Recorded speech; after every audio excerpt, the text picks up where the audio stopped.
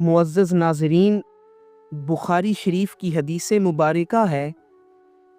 کہ حضور نبی کریم صلی اللہ علیہ وسلم نے ارشاد فرمایا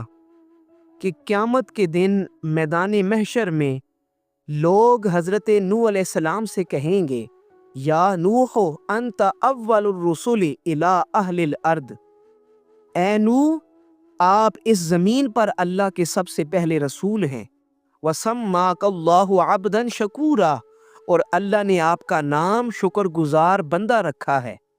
حضرات محترم، اس روایت سے یہ پتہ چلا کہ اس روئے زمین کے سب سے پہلے رسول حضرت نوح علیہ السلام ہیں۔ حضرت نوح علیہ السلام اللہ تعالیٰ کے بھیجے گئے رسولوں میں سے جلیل القدر رسول ہیں اور پہلے رسول ہیں،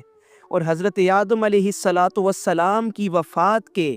1000 سال کے بعد آپ کی ولادت ہوئی، جیسا کہ صحیح ابن حبان کی روایت ہے۔ حضرات محترم، قرآن مجید فرقان حمید میں اللہ تعالیٰ نے حضرت نوح علیہ السلام کا کئی مقامات پر ذکر کیا ہے، اور آپ کا اور آپ کی قوم کا واقعہ بیان کیا ہے کہ کس طرح اللہ تعالیٰ نے آپ کی کفر کرنے والی قوم پر طوفان کا عذاب بھیجا تھا، اور آپ کو اور آپ کے ماننے والوں کو کشتی کے ذریعے نجات دی تھی۔ حضرات محترم، نوح علیہ السلام وہ پہلے انسان ہیں کہ جو اللہ کے رسول ہیں، جنہوں نے طوفان سے بچنے کے لیے کشتی اللہ کے حکم سے تیار کی تھی، اور اللہ رب العزت نے 80 مومنین کو